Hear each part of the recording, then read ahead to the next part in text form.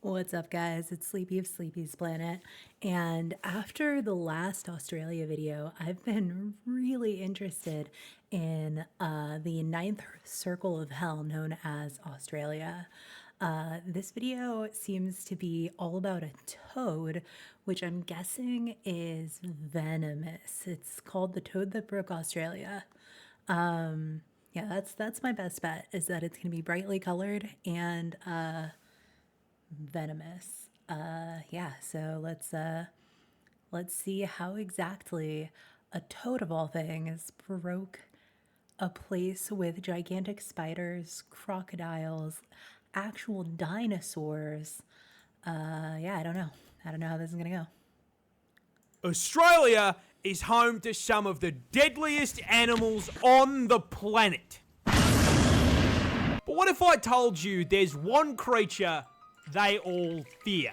An invasive species, millions strong, wiping out native animals that we are locked in combat with to this very day. What kind of vile beast is capable of spreading such reckless hate?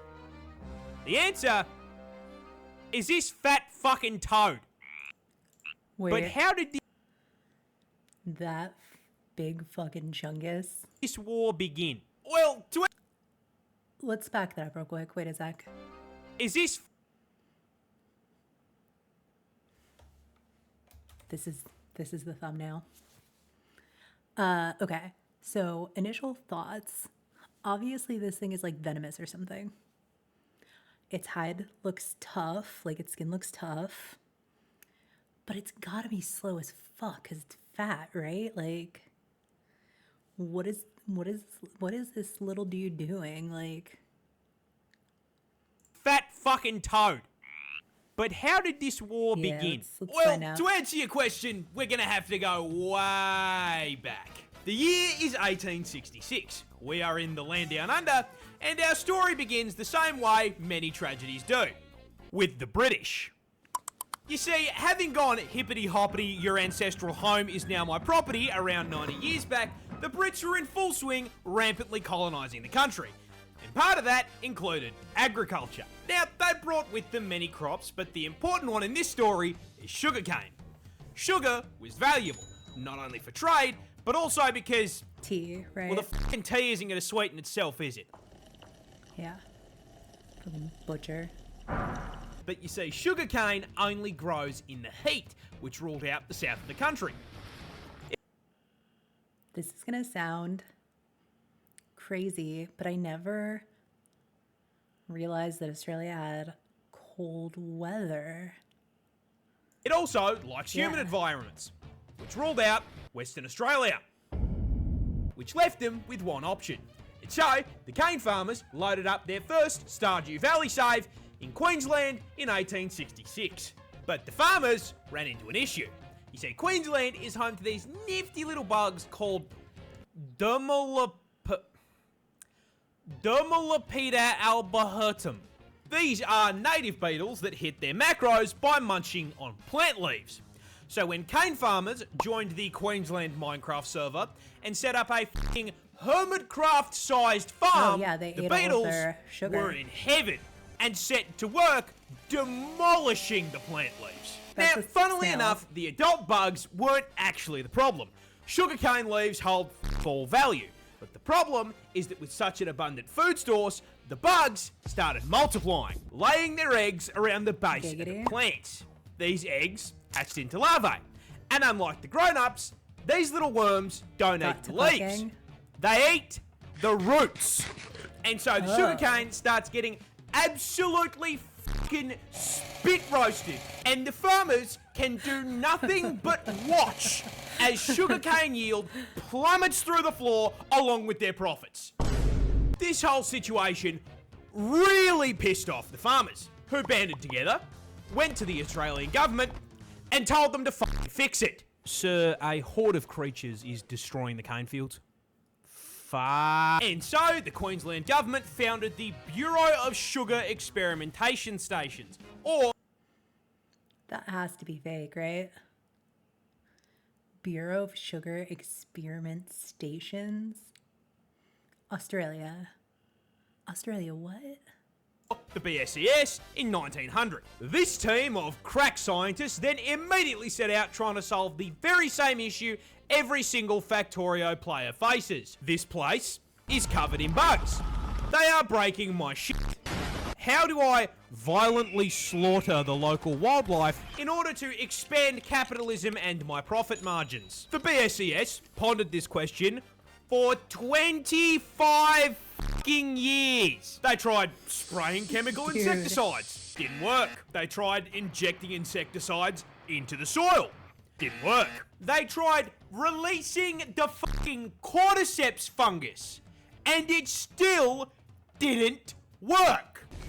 Okay, so I guess beetles are like fucking cockroaches. They just like don't die. Then, one day in the office, while pondering this question, someone had an idea. Okay, we are getting outmaneuvered by the cast of Bugs Life. Someone in this office, please, give me anything. What about cane toads? Vaguely remember that movie. What? Cane toads. Those big fucking fat things that exist in the cane fields in Hawaii. I mean, it's a frog. They eat bugs. We just introduce an invasive species to fix a problem caused by an invasive species. I mean, what could possibly go wrong? Lots of stuff, yeah. And so, in June of 1936, 2,400 brave cane divers were deployed to the fields to deal with the arthropod menace. Divers. But there's just one small issue. Cane toads were fucking dog shit. Yeah, funnily enough, big, fat, slow, ground-dwelling toads Yeah, that's what I was thinking. were not exactly the smartest solution to deal with beetles that spend the majority of their adult life 6 meters off the fucking ground. Oh, holy shit, that's tall as fuck.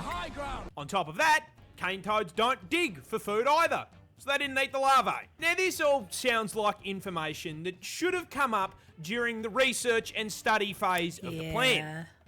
This, however, implies that there was a research and study phase. Okay, look, hear me out. Obviously, a fake-sounding government agency is going to do fake research into this. I don't want to say it's a fake problem. Like, obviously, not being able to grow crops and crops like wilting and dying has a really large impact on agriculture. But like, I don't know if there's like other crops they could grow or something that they wouldn't eat, or like, yeah, I don't really know how that works, but I mean, this is a problem of your own making, Australia.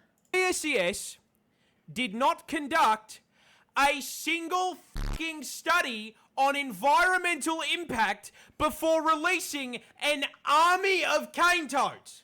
My eyes are just rolling to the back of my head, dude.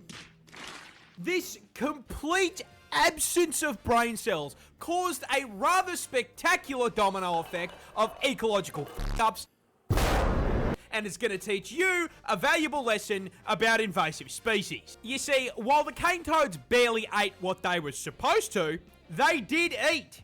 And as incredibly large omnivorous toads, they ate practically anything they could fit into their mouths. Rats, mice, lizards, snails. Rats? Why did I think like toads ate bugs? Like just bugs? Okay, hear me out. Whenever you see toads, like I don't know that I've seen a toad in real life. Like whenever you see toads in like media, I guess this is such a bad comparison because it's like, okay, well, whenever I seen toads in cartoons, they just like stick their tongue out and eat a bug. I didn't realize that they ate non-bugs. Is it just because these toads are massive? Like baby birds. It was the toad equivalent of fucking Kirby. And then, not unlike the exact problem they were brought here to solve, with all that food, they started reproducing. A lot. Yeah. In fact, Toads be female fucking. cane toads can lay anywhere between 8,000 to 30,000 fucking Yeah, that's a eggs lot per of eggs. clutch. But I mean, this should not be too much of a problem. Australia is home to some of the deadliest creatures on the planet. Surely, the local wildlife has this under control. Surely. They're venomous, aren't they? Wait, what? Cane toads, they're poisonous. Of course Those they are. Little It's bulges on Australia. the shoulder. And those are parotid glands, and they are packed to the brim with bufotoxin. Sounds No, bad. that's not a D's nuts joke. Got him! Now, whenever the adult toads are threatened, they will squirt this white, sticky fluid out of the glands. Ayo. And when ingested, it does two things. One, makes you trip absolute balls thanks to the hallucinogenic bufotenin. And two, the other ingredient, bufogen, just straight up gives you a fucking heart attack. So you get high as fuck and then you die. It's important to note that this toxin is also present in their eggs and tadpoles. Now, in their natural habitat, Dude. this isn't as much of a problem because everything around them has had thousands of years to get good and deal with this fuck-ass poison build by either developing immunity or learning to eat around the glands. But Australia is not their ecosystem. And despite all of the deadly animals we've got, they have had a grand total of 5 minutes to adapt to the presence of the fucking calid toad. Now, quick question for the class. What happens to an animal population when there is nothing to eat it? It gets bigger. Yeah, I was gonna say just grows. And grows, so, grows. shortly after being introduced, Multiplies. a rapidly expanding tyrannid swarm of toads began to spread across the country. The BSES noticed this and did fucking nothing Dude, what? because it technically didn't affect the sugar cane. The swarm spread further, occupying all inhabitable parts of Queensland, and they were laying so many fucking eggs that their clutches began polluting the waterways like a bufotoxin teabag, killing native fish as well as any animals that drank from the water. Dude, they're just fucking so much that their eggs are like poisoning the water with what is essentially like fish jizz. Disgusting. The BSES did nothing. Those eggs hatched into tadpoles, which started killing more fish. The BSES still did nothing. The swarm had Okay, what exactly is the BSES? Yeah, what exactly is their job? Because it sounds like they're doing fuck all. It sounds like they did this one thing that had a really bad lasting impact, and then they just haven't done dick about it. Fucking government, dude. advanced, breaching into the Northern Territory and New South Wales. When questioned, the BSES insisted the toads were doing their jobs and everything was fine.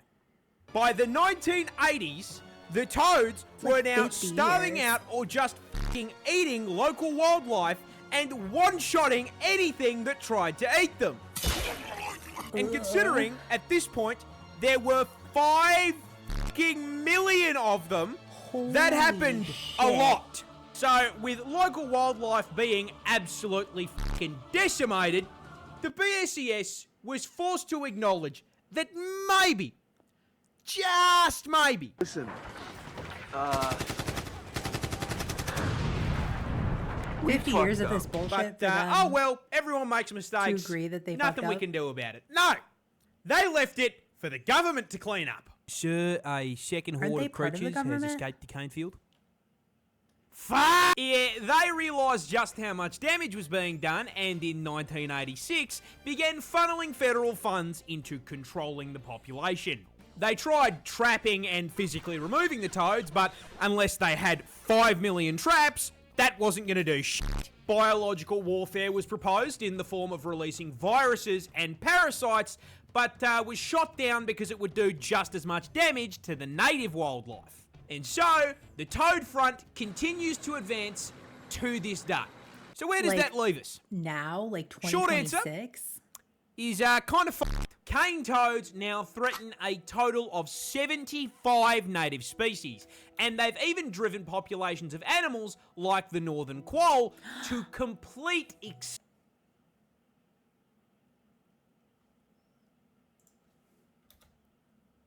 Why is that thing so cute? I've never heard of it in my life. But that just looks like the cutest, sweetest little bean. Dude. extinction in parts of the country they infest. And with the population now sitting at 200 fucking million toads, that infestation is spreading, with predictions showing they will be fucking up ecosystems in 5 states in the near future. And given that they have amassed a population 10 times the size of the humans in Australia, the government has completely fucking abandoned the fight for eradication, switching focus to harm reduction, using bait toads covered in non-lethal but unpleasant substances to try to teach local wildlife that toad bad. On top of this, the government has encouraged the broader public to, just fucking kill the toads. You are supposed to do it humanely by catching them and sticking them in a freezer for 48 hours, but most people don't want a frog taking up their freezer space. Yeah, so they just use a golf club or a car. Driving in my car right after And with this being Australia, our wildlife is also putting up a fight. Keelback snakes, for example, are immune to their venom, and Ricali and magpies have learned to flip them onto their backs before getting a feed. Now, jokes aside, you want to know who I feel genuinely fucking awful for? The toads. The toads. They didn't ask for any of this shit. No. They just got dumped onto a random island and did their thing, and now they are being actively hunted. No. The assholes in this story are the BSCS and the cane growers. Because you may be thinking, why were they allowed to do this shit in the first place? Well, that's the neat part. They weren't.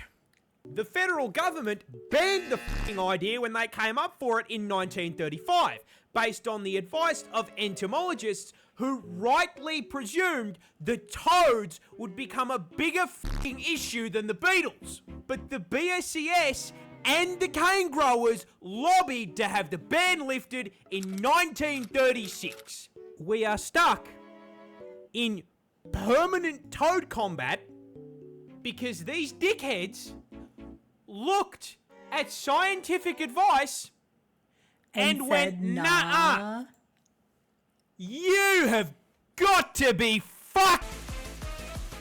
G'day, Merry Christmas, Happy Holidays, and thank you so much for watching. This is the first crack I have taken at a long form on this channel, and I'm not going to lie, I had a lot of fun working on it, so I hope you enjoyed. Also, a quick announcement if anyone missed it. That was crazy. Australia is crazy. That fake government thing, BSES or whatever, is crazy. And they're all fucking stupid. And that poor toad, man. They didn't ask for this. They didn't ask for this. Every time I learn more about Australia, I'm just glad I don't live in Australia. See you guys in the next video.